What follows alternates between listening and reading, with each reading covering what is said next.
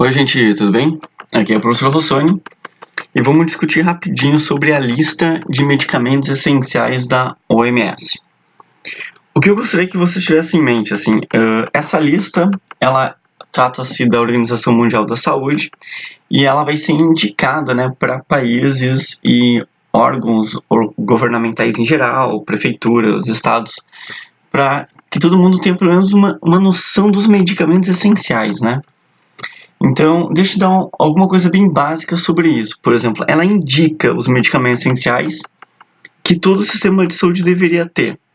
Então, é uma indicação, ela não está obrigando ninguém a fazer isso, né? Só que ela está te dando de barbado, olha, tem uns medicamentos aqui, cara, que eles são muito seguros e são eficazes. Então, às vezes, a gente entra em contato com alguns medicamentos que não são eficazes ou não são seguros, porque eles podem comprometer a sua saúde. Então a OMS ela fez uma lista dos medicamentos mais seguros e eficazes.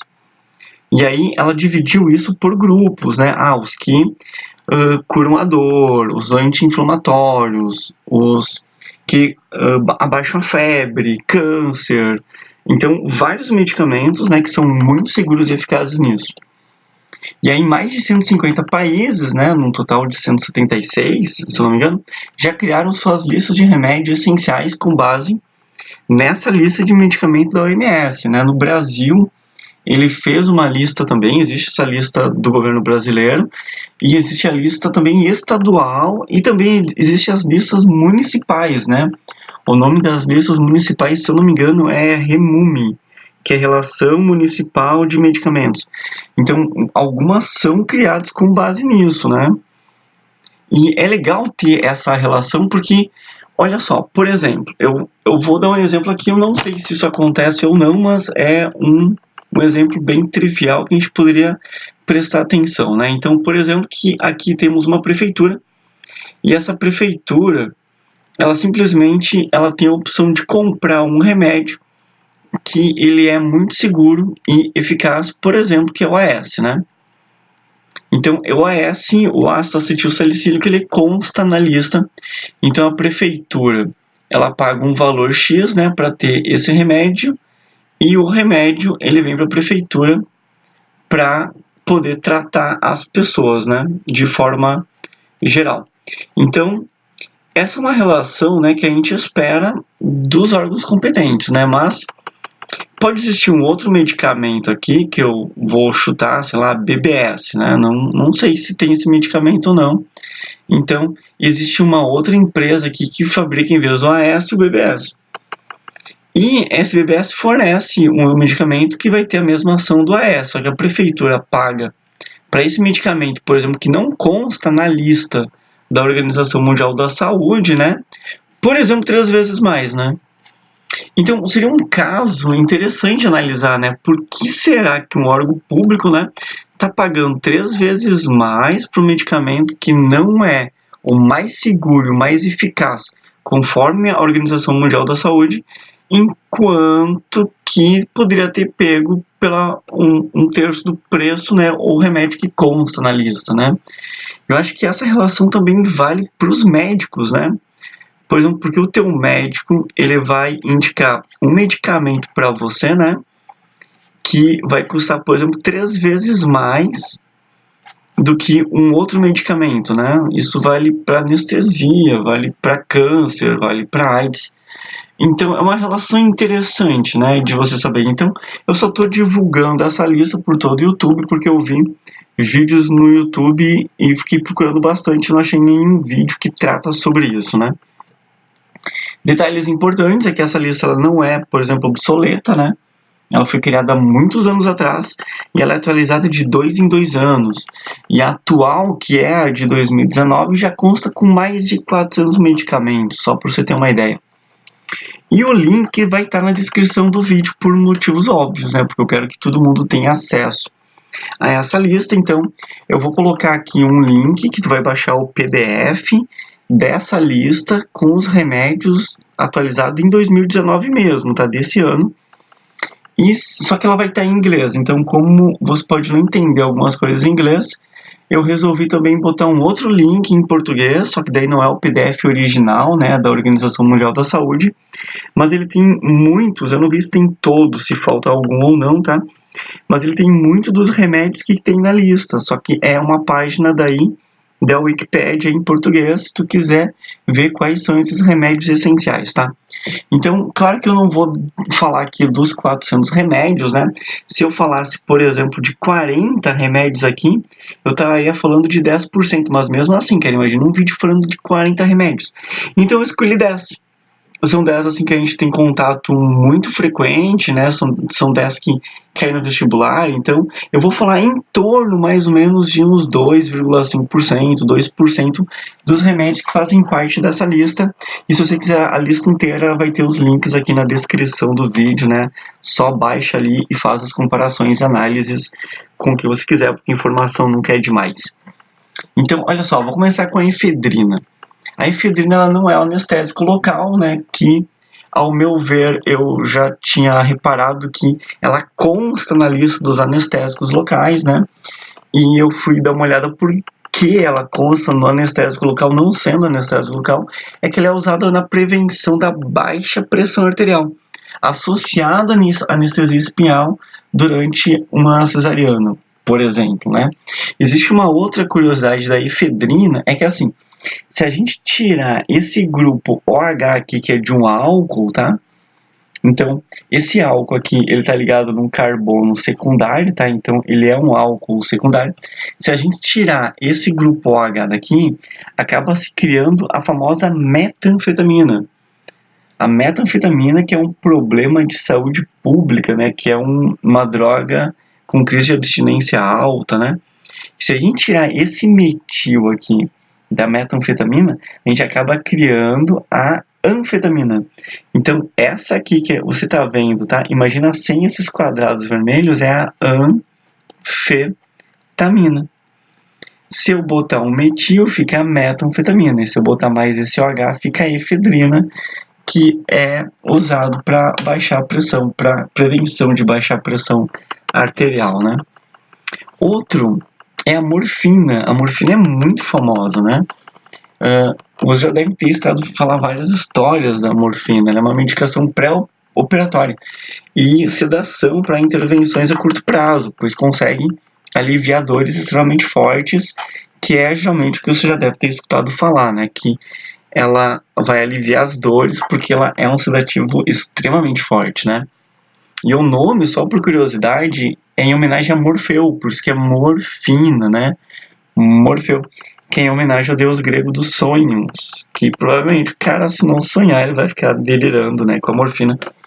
Existe uma parte que não é muito legal, né, mas é a parte química que eu gosto de falar. Repara que ela tem aqui assim, tá, um oxigênio entre dois carbonos, né, então ela pertence aqui à função éter. Repara que ela tem uma mina aqui, né, e essa mina está ligada em 3 carbonos, tá? 1, 2, 3. Então, essa é uma mina terciária. Essa mina cíclica, né? Que pertence a um nitrogênio aqui, chamado de heterocíclico, né? Ela faz parte a um grupo de outras aminas heterocíclicas que têm efeito no nosso organismo, que são chamados de alcaloides. Mas aí vídeos sobre isso você encontra, né? Você não encontra sobre a lista dos remédios que eu estou citando aqui para vocês. E repara que aqui tem um grupo fenol. Aqui a gente tem um grupo OH, porque isso quer que não chega a ser aromático, tá? Então, esse grupo fenol e esse grupo OH, eles podem sofrer uma reação, por exemplo, de transesterificação ou esterificação, e podem acabar criando esse grupo aqui, tá? Onde sai esse hidrogênio para se grudar aqui com o radical acetil. Então, quando eu fizer essa troca aqui, tá? Do hidrogênio por esse grupo aqui, que é um grupo acetil ou acetila, né? Como se quiser chamar, a gente acabou de criar uma droga muito potente, que é a heroína. Por isso que é legal ter um controle sobre a morfina, né? Porque ela é facilmente transformada em heroína, que é uma droga muito pesada, a gente já deve ter escutado falar também, né, gente? Ó, o outro muito famoso é o ácido acetilsalicílico, que compõe também a lista, né, dos medicamentos essenciais da OMS. Ele é um medicamento, um dos mais citados na lista, e é uma solução segura e eficaz, usado como anti-inflamatório. Então, ele te ajuda com as inflamações, é antimigranoso, é antitrombótico, né? Por isso que a gente pode falar que ele é anticoagulante. E ainda também para tratar a dor, geralmente é onde é que você usa, né? Que o AS você usa geralmente para dor de cabeça. E aí quando a gente fala em tratar a dor, a gente chama os remédios de analgésicos, né?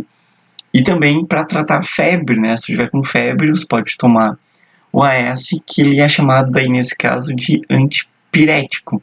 Então ele tem várias funções e por isso que ele vai ser um dos mais citados aí na lista, né? Repara que o ácido acetilsalicílico, ele é chamado de ácido porque ele tem um grupo aqui que é ácido carboxílico. Ácido carboxílico. E esse ácido carboxílico aqui que dá origem à palavrinha ácido lá em cima, né?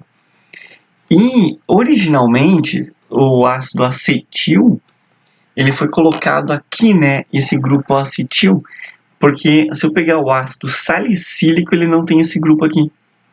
Ele só tem um OH, daí seria o ácido salicílico. Aí quando a gente coloca esse grupo aqui que tem 2 carbonos, né? Por isso que é acete, né? Porque a palavrinha acete, ela é sinônimo de et, né? Quer dizer 2 carbonos. Então, esses 2 carbonos se juntam com o ácido salicílico. Por isso fica acetilsalicílico. Interessante, né? Ó, outro medicamento muito famoso é o ibuprofeno, que pertence à lista. O nome, digamos, oficial dele seria, né, ácido, porque ele tem um ácido carboxílico aqui, repara, né? Ele também tem aqui duas substituições no anel aromático, né, que eles vão resolver chamar de fenólico, né, não tendo a função fenol aqui. Repara que ele tem 3 carbonos aqui, por isso que ele vai ser chamado de propanóico, né, e aqui ele tem 4 carbonos, ó, por isso que ele é chamado de butil. O iso é o tipo de radical que a gente tem aqui, né. Você consegue ver que aqui a gente tem uma galocha, né, se eu fizer, por exemplo, o desenho de uma galochinha aqui, né, ó, toda vez que já desenho uma galochinha, a gente pode chamar de iso, né? Aí do calcanhar segue os carbonos, são 4 carbonos butil, consegui desenhar uma galochinha iso. Então pode chamar de iso, butil, propanóico, fenólico. E aí, se a gente juntar essas letrinhas em negrito, né? Daí bu, pro, feno. E aí sai o nome dele, que é o nome do remédio, né? Ibuprofeno. Então é do grupo AINE, né, que é o mesmo grupo que pertence ao AS, que são os anti-inflamatórios. AINE é um grupinho bem famosinho, né, de anti-inflamatórios, que não são esteroides. Já deve ter tomado pra dor, né, esse cara aqui contra uma inflamação muito forte, né. Ele é bem doidinho, mas ele pelo menos dá um jeito nisso. O outro remédio é o famoso paracetamol. Inclusive, essa palavrinha aqui, para, significa exatamente os substituintes aqui, né? Quando a gente tem 2 aqui, né? Ele é orto, né? Se tiver um pouquinho mais afastado assim, ele é meta, né? Tipo 1, 2, 3 meta, né? Ou 1, 2, 3 meta. Só que quando tiver assim, né? Ele é o 1 e 4, daí a gente chama isso de para. Então ele é analgésico, né? Tu sabe que isso é contra a dor, né? Ele é antipirético, né? Que é contra a febre, assim como o AS. Só que ele não apresenta propriedades anti-inflamatórias, né? Ele não é, por exemplo, um AINE, né? Que nem o ibuprofeno, que nem o AS. E nem anticoagulante, que seja significativo, pelo menos, né? Então, só repara que aqui, se perguntar, ele é um fenol, né? Porque ele tem um H no anel aromático. E ele também tem uma amida aqui, né?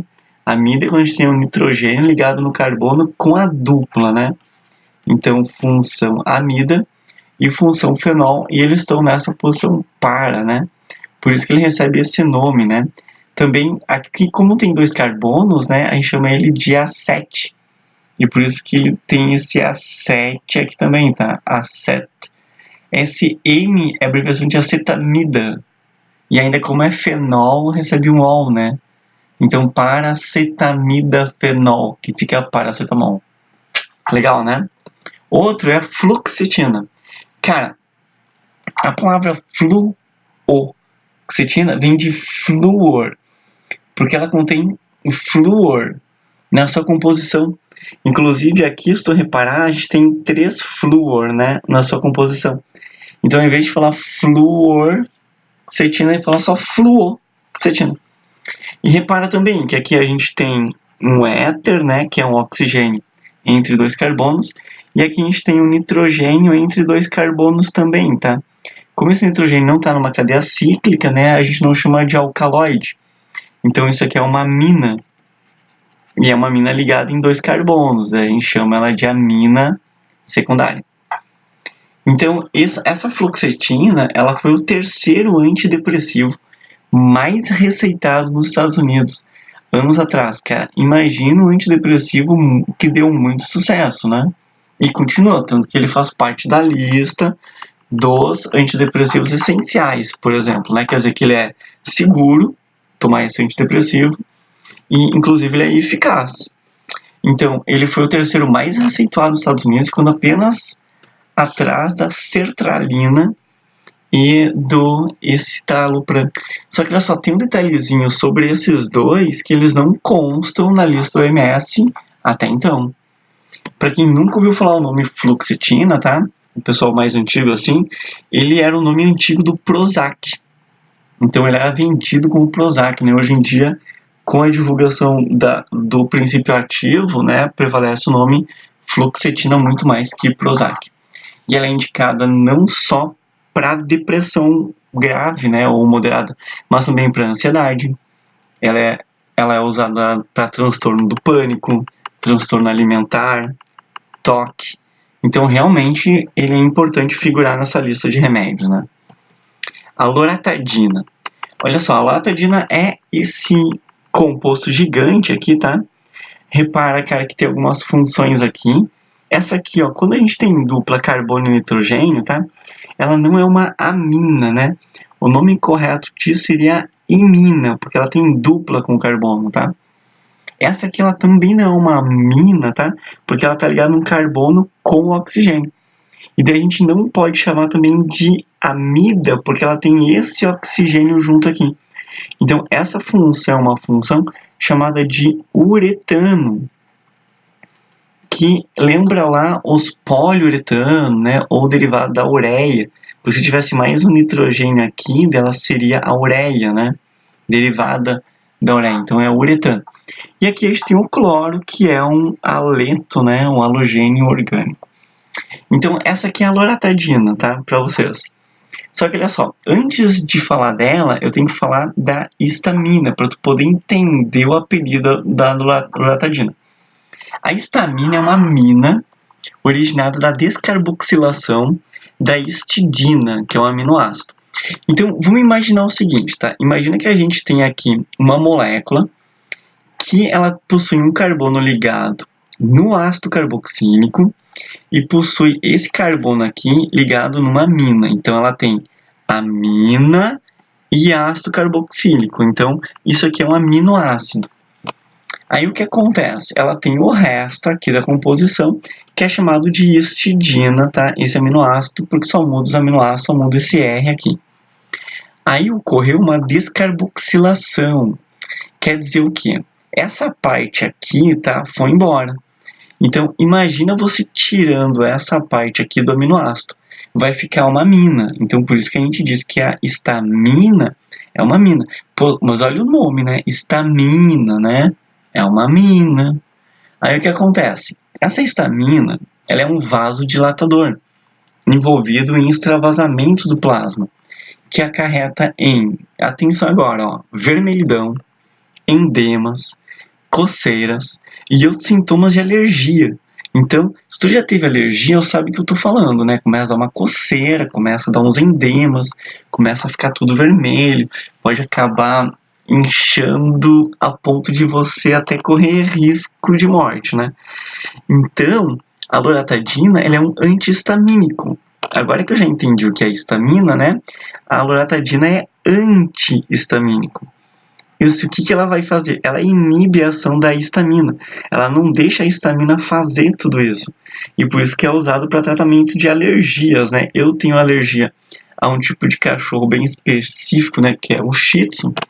E aí, se eu não tomar, por exemplo, a loratadina, cara, eu vou sofrer todas essas consequências por culpa da histamina. Então, antes de brincar com o Shih Tzu, eu já sei que eu preciso tomar a loratadina. Não é viagem não, cara. É um problema meu, né? Mas eu tô tratando. Ó, o aciclovir, ele age contra o vírus da herpes. Você já deve ter estado falar desse cara aqui, né? Geralmente tem em pomada, mas também tem cara em remédio, né? Que você pode tomar. Ele em cápsulas, né? Em pílulas. E repara que ele tem um anel heterocíclico. Esse é o anel heterocíclico, tá? Esse anel heterocíclico aqui tem 5 carbonos, né? E depois 6 carbonos. Ele vai ter 2 heteroátomos aqui, tá? Que a gente vai dizer que isso aqui vai formar um heterocíclico, né? Ó, esse aqui é um heterociclo, outro heterociclo. E esse cara aqui é a purina. Se eu tirar, por exemplo, esse oxigênio, esse NH2 e esse oxigênio aqui, né? É a purina. A purina é essas moléculas aqui. Essa molécula aqui, né? Bem certinha, que é a mesma que vai formar a cafeína. A gente só tira esses substituintes aqui e põe outros no lugar. A teobromina lá do chocolate, por exemplo. Vai formar também a adenosina.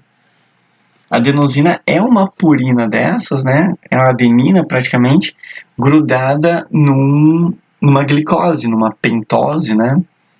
E aí tem a adenina, que são aquelas bases hidrogenadas, e guanina, né? Que são chamadas de bases púricas porque elas têm essa molécula aqui no meio, né? E é a mesma que forma o aciclovir, que é do vírus da herpes, né? Repara que aqui a gente vai ter uns nitrogênios, né? Esse nitrogênio aqui eu poderia chamar de amina, porque ele está ligado em 3 carbonos aqui, né? Já esse cara aqui não é legal chamar de amina, porque ele tem uma dupla com carbono, então seria imina. E esse oxigênio aqui ligado entre 2 carbonos aqui, tá? Ele é um éter, então cuida, né? E esse nitrogênio aqui não é uma amina, né? Porque ele está ligado num carbono que tem dupla com oxigênio, tá? Então esse cara aqui já seria uma amida, né? Beleza? Ó, o outro é o propranolol. Cuida, galera, que geralmente o pessoal esquece de falar esse R aqui, tá? Mas tem que ter o R, para não confundir com propanol, que é um álcool, né? Eu sei que tem a função álcool aqui, só que além da função álcool também tem a função éter, né? Porque tá ligado aqui em 2 carbonos, esse oxigênio. E também tem a função amina, que são o nitrogênio ligado em 2 carbonos aqui, que seria uma amina secundária, inclusive, né? Então, o que acontece? Esse propranolol, ele vai agir exatamente como um anti-hipertensivo. Tá, então, deixa eu falar um pouquinho sobre isso. Ó. Quando a gente tem uma pressão arterial elevada, que é a hipertensão, né? Hipertensivo e hipertensão. E pode levar a um acidente vascular cerebral, por exemplo, um infarto, uma morte súbita, uma doença renal crônica. E aí o propranolol, ele é um anti-hipertensivo. Então, essa classe aí, elas tratam a hipertensão. Legal. E ainda, o último aqui para encerrar nossa lista de 10 é o ácido tranexâmico. Olha só, ele é um antifibrinolítico. Olha só, essa palavrinha antifibrinolítico, ele inibe a fibrinólise. A fibrinólise. Tá, do que é a fibrinólise? É a destruição dos coágulos do sangue, coágulos de fibrina. E essa destruição, ela é feita pela plasmina. E a plasmina é uma enzima que degrada muitas proteínas do plasma sanguíneo, notavelmente os coágulos de fibrina. Então, esse ácido aqui, que é o tranexâmico, ele bloqueia a formação da plasmina e, consequentemente, inibe a dissolução dos coágulos de fibrina. Repara que ele tem aqui uma amina e um ácido carboxílico. E na posição para também, né? Dá pra ver que vários remédios eles são bastante similares, né? e outros são umas moléculas que não tem nada a ver, né? E muitos remédios, eles podem acabar virando drogas, cara. Eu achei muito interessante isso. Você curtiu? Cara, dá um clique aí ou faça um comentário que eu posso gravar mais coisas sobre remédios, sobre esse mundo fascinante da farmacologia, tá? Espero que você tenha gostado. Então, mais resoluções e mais dicas aí no nosso canal. Se inscreva aí se você não é inscrito, né? Eu vou deixar o meu último vídeo aqui pra vocês e outro vídeo que eu acho que possa ter a ver e eu acho que você possa gostar dele, tá? Galera, muito obrigado pela atenção. Bons estudos aí, forte abraço, tchau.